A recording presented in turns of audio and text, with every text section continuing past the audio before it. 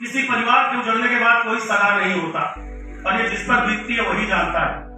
मैं तो बस एक ही चीज कहना चाहूंगा कि अरशद जी थे तो हमारे क्लोज थे, आप आज पहली बार आए, आप हमारे परिवार का सदस्य हैं। पहले मुलाकातें नहीं थी, लेकिन आज की यह मुलाकात आपको अरशद भाई की यह कमाई है कि इतने बड़े परिवार आपको देकर के गए। ये उनकी कमाई है कि वो इतना बड़ा स्टेज आपके लिए बना के गए हैं। जितना आपसे संभव हो जरूर करिएगा। हम और जहांगीर भाई और पूरा वेस्टीज परिवार आपके साथ है, आपके इन बच्चों के सपने पूरे करने के लिए। आप दो सब कुछ कहना चाहें तो मैं जरूर चाहूंगा, चाहे आप गुड मॉर्निंग से ही शुरुआत करें। मेरा नाम सहर है। मेरे तो हालत ऐसे है कि मैं माइक भी नहीं पकड़ सकती ठीक से, लेकिन इतना बोलूंगी कि मैं वेस्टीज की बहुत बड़ी शुक्रगुजार हूँ, और हमारे अपलाइन संतोष सर जी, आलम सर जी, उनकी शुक्रगुजार हूँ जो उन्होंने मुझे इतना बड़ा यहाँ पर सम्मान दिए, यहाँ बुलाए।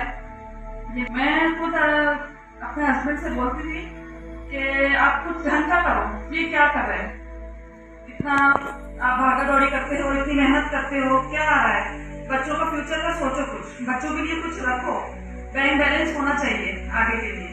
तो उनके बहुत बड़े बड़े सपने थे। वो बोलते थे क्या तुम एक घर की बात कर रहे हो, अपने हर शहर में एक घर होगा, वो ऐसे बोलते थे।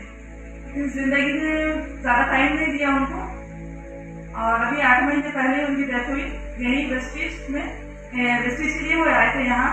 तो ज्यादा तो मैं इतना ही बोलूंगी, जब यहाँ उनकी डेथ हुई तो मैं बहुत ज्यादा टेंशन में थी, और मैंने सर को, शायद आलम सर को यह याद भी होगा कि मैंने उनको बोली थी कि वो वेस्टीज को यहाँ अपना टाइम देने के लिए आए थे, बिजनेस बढ़ाने के लिए आए थे, और यहाँ उनके साथ इतना बड़ा हादसा हो गया। तो मैं इस बिजनेस की तरफ अभी कभी पलट कर भी नहीं देखूंगी।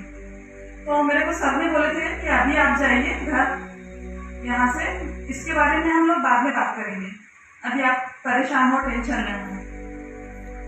फिर महीने 2 महीने ऐसे गुजरते चले गए, लेकिन आज मैं प्राउड फील करती हूँ कि मेरे पास वेस्टीज की ताकत है कि उनके जाने के बाद भी मेरे साथ वेस्टीज है, और मेरे इस बच्चे को पता नहीं है कि उसके पापा कहाँ है, क्या है, पता नहीं है उसको। ये बोला है कि हमको पापा से मिलना है, हॉस्पिटल में है, मिलने जाएंगे। लेकिन मैं सभी से रिक्वेस्ट करती हूँ कि वेस्टीज आप लोगों को करना चाहिए, खुद के लिए नहीं, अपने परिवार के लिए करना चाहिए।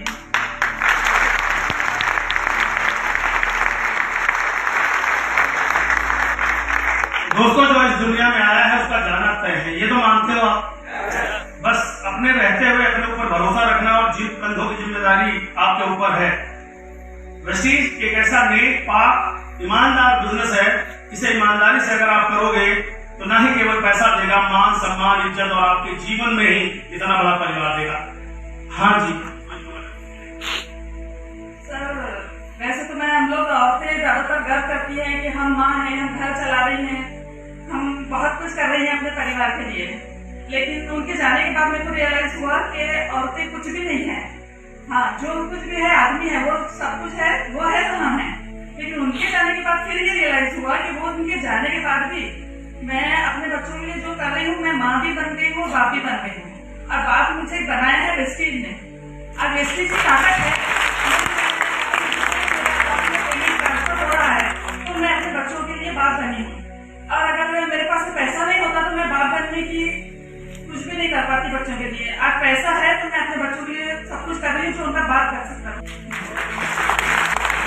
थैंक यू मैम, और गॉड ब्लेस बच्चे। आप सभी लोगों के लिए, हम सभी लोग हैं, सभी भाई लोग, अंकल लोग यहाँ पर आपके साथ हैं। सब ऊपर वाले का है कि मैं कुछ भी नहीं हूँ, मैं तो उसका एक भेजा हुआ माध्यम हूँ।